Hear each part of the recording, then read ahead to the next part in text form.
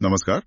आज हम Ruskin bond की एक बहुत ही दिल को छूने वाली कहानी द थीफ को समझने की कोशिश करेंगे। जी। ये कहानी महाराष्ट्र स्टेट बोर्ड के 10वीं कक्षा के अंग्रेजी सिलेबस का हिस्सा है, चैप्टर 1.2। हाँ बिल्कुल, एक जरूरी कहानी है ये। हमारा इरादा है कि इस कहानी को इस तरह से खंगालें जैसे कोई शिक्षक अपने स्टूडेंट्स के साथ डिस्कस करता है। हाँ किरदारों की गहराई में उतरें, कहानी के अहम मोड़ों को समझें और इसके पीछे जो संदेश छिपे हैं उनको पकड़ें, सही। ताकि परीक्षा की तैयारी भी हो जाए और कहानी का जो असल मर्म है वो भी समझ आ जाए। बिल्कुल, और हम यही करने वाले हैं।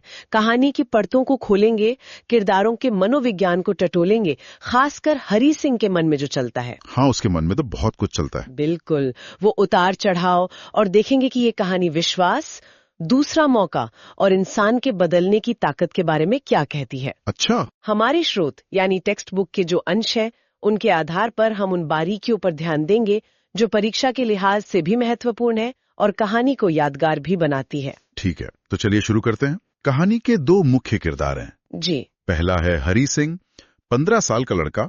कहानी सुना भी वही रहा, नारेटर है। उम्र भले ही कम हो, लेकिन अपने काम में मतलब चोरी करने में वो काफी माहिर है, अनुभवी है। हाँ, ऐसा लगता है। और दूसरा किरदार है अनिल, करीब 25 साल का। 25 का। हाँ, एक लंबा दुबला पतला सा दिखने वाला नौजवान। पहली नजर में थोड़ा लापरवाह, आसान सा लगता है, लेकिन दिल का बड़ा है।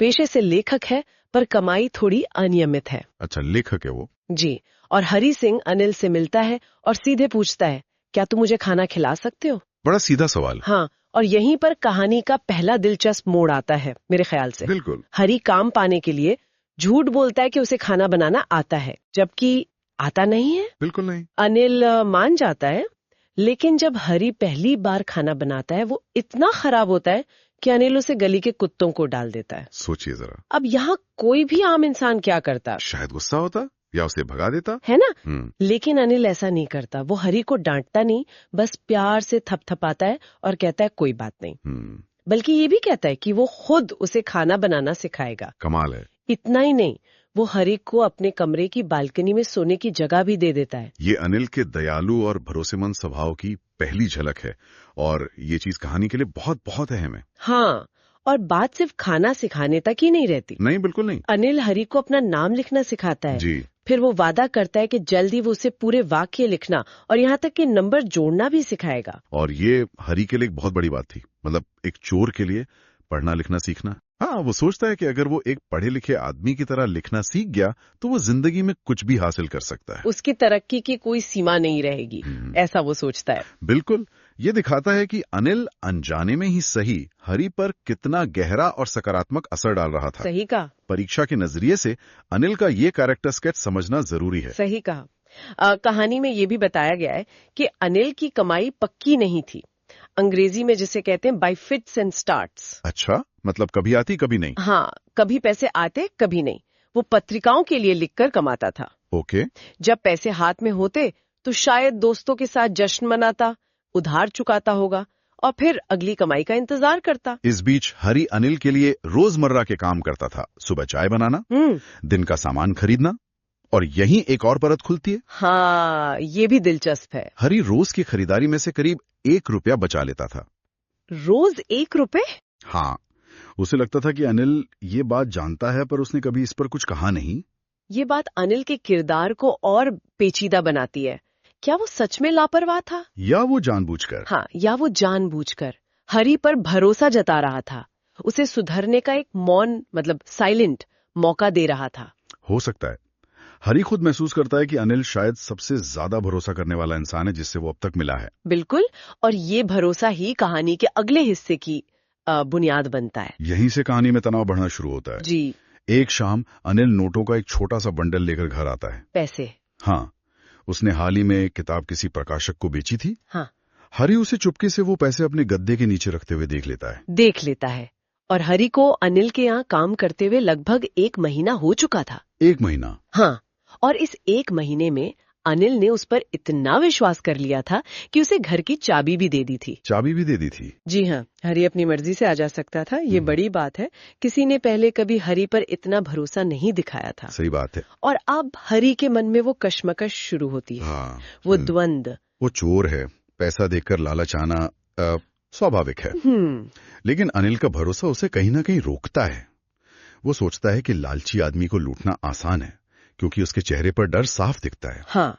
अमीर आदमी गुस्सा दिखाता है, गरीब आदमी लाचारी। लेकिन अनिल का क्या? हरी कल्पना करता है कि चोरी का पता चलने पर अनिल के चेहरे पर उदासी तो होगी, लेकिन पैसों के खोने की नहीं, बल्कि विश्वास टूटने की। ये सोच बहुत महत्वपूर्ण है। हाँ, ये पॉइंट बहुत अहम है। हरी को लगता है कि अनिल जैसे लापरवाह और भरोसेमंद इंसान को लूटने में वो मजा नहीं है। हाँ, क्योंकि हो सकता है उसे पता ही न चले। हाँ। और चोरी का जो रोमांच है वो ही खत्म हो जाए। ये दिखाता है कि चोरी उसके लिए सिर्फ पैसों की जरूरत नहीं, बल्कि एक तरह का खेल या हुनर भी है। बिल्कुल। लेकिन फिर दूसरी तरफ वो ये भी सोचता है कि अनिल उससे तनख्वाह तो देता नहीं है, और अगर उसने पैसे नहीं चुराए तो अनिल शायद उन्हें अपने दोस्तों पर ही उड़ा देगा। ये भी उसकी दलील है। हाँ, यही सोचकर और शायद अपनी पुरानी आदत से मजबूर होकर वो आखिरकार चोरी करने का फैसला कर लेता है। ये हरी का आंतरिक संघर्ष, विश्वास और धोखे के बीच का ये तनाव कहानी का एक सेंट्रल पॉइंट है। परीक्षा के लिए ये समझना जरूरी है। बिल्कुल। फिर वो रात आती है, चांदनी फैली हुई है जी। अनिल अपने बिस्तर पर शांति से सोया हुआ है।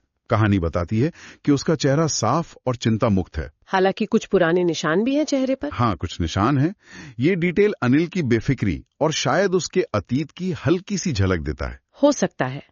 हरी दबे पांव बिस्तर तक पहुंचता है। वो धीरे से अपना हाथ गद्दे के नीचे डालता है, नोटों को महसूस करता है और उन्हें बिना आवाज किए निकाल लेता है। तभी अनिल नींद में हल्के से कराहता है और हरी की तरफ करवट लेता है। ओह! एक पल के लिए हरी की सांस रुक जाती है। डर गया होगा। हाँ, लेकिन अनिल जागता नहीं। हरी चुपचाप कमरे से बाहर निकल जाता है। और उसके हाथ में कितने पैसे? 600 रुपए, 50-50 के नोटों में। उस जमाने के हिसाब से ये अच्छी खासी रकम थी। हाँ, काफी बड़ी रकम थी। वो सोचता है इतने पैसों से तो वो कुछ हफ्ते किसी अमीर अरब शेख की तरह जी सकता है। उसका प्लान बन गया है। पैसे लेकर हरी फौरन स्टेशन की तरफ भागता है। नोटों को उसने सावधानी से अपने पजामे के नाड़े में बांध लिया है। अच्छा। उसका प्लान है रात 10:30 की लखनऊ एक्सप्रेस पकड़ना और इस शहर से हमेशा के लिए चले जाना। लखनऊ एक्सप्रेस। वो स्टेशन पहुंचता है और उसे टिकट खरीदने की आदत नहीं है। जरूरत भी महसूस नहीं होती। हाँ, उसने अपनी जिंदगी में कभी टिकट खरीदा ही नहीं था। वो सीधे प्लेटफॉर्म पर पहुंच जाता है। लखनऊ एक्सप्रेस ठीक उसी समय धीरे धीरे स्टेशन से रवाना हो रही थी। चल पड़ी थी ट्रेन। हाँ, गाड़ी अभी इतनी धीमी थी कि वो आसानी से किसी भी डिब्बे में कूदकर चढ़ सकता था, आराम से। लेकिन वो चढ़ नहीं पाता। वो वहीं खड़ा रह जाता है। क्यों? क्या हुआ? हरी खुद कहता है, किसी अनजान वजह से मैं हिचकिचा गया। वो समझा नहीं पाता कि उसे किस चीज ने रोक लिया। ट्रेन चली जाती है और हरी उस खाली सुनसान प्लेटफॉर्म पर अकेला खड़ा रह जाता है। ये कहानी का एक बहुत बड़ा टर्निंग पॉइंट है। हाँ, ये एक बड़ा मोड़ है। क्या ये उसकी अंदर की आवाज थी या अनिल के उस भरोसे का बोझ, शायद, जिसने उसे भागने नहीं दिया? ये सोचने वाली बात है। बिल्कुल। अब उसके सामने सवाल था, रात कहाँ गुजारी जाए? कहाँ जाए वो? उसका कोई दोस्त नहीं था क्योंकि वो मानता था कि दोस्त मदद कम मुसीबत ज्यादा बनते हैं। अच्छा। वो किसी छोटे मोटे होटल में रुककर लोगों का ध्यान भी नहीं खींचना चाहता था। हाँ, अजीब बात है ना, पूरी दुनिया में सिर्फ एक ही इंसान था जिससे वो अच्छी तरह जानता था, अनिल, और उसी को वो लूटकर भाग रहा था। ये अकेलापन हरी के किरदार की एक और परत खोलता है। सही कहा। वो स्टेशन से बाहर निकलकर बाजार से गुजरता है। उसे फिर अपना पुराना अनुभव याद आता है। लोगों के चेहरे पढ़ना। हाँ। लालची आदमी का डर, अमीर का गुस्सा, गरीब की स्वीकृति। और फिर वो अनिल के बारे में सोचता है। अनिल के बारे में उसे यकीन है कि अनिल को जब पता चलेगा तो उसके चेहरे पर सिर्फ एक गहरी उदासी होगी, विश्वास टूटने की उदासी। पैसे जाने का गम नहीं, विश्वास टूटने का गम। ये ख्याल उसे अंदर तक परेशान कर देता है। विश्वास खोने का परिणाम कितना गहरा हो सकता है, ये उसे महसूस होने लगता है। स्टेशन के पास ही एक मैदान था। हरी वहां जाकर एक बेंच पर बैठ जाता है। मैदान में नवंबर की सर्द रात थी। तभी हल्की बूंदाबांदी शुरू हो जाती है जो देखते देखते तेज बारिश में बदल जाती है। बारिश भी आ गई। हाँ, हरी पूरी तरह भीग जाता है।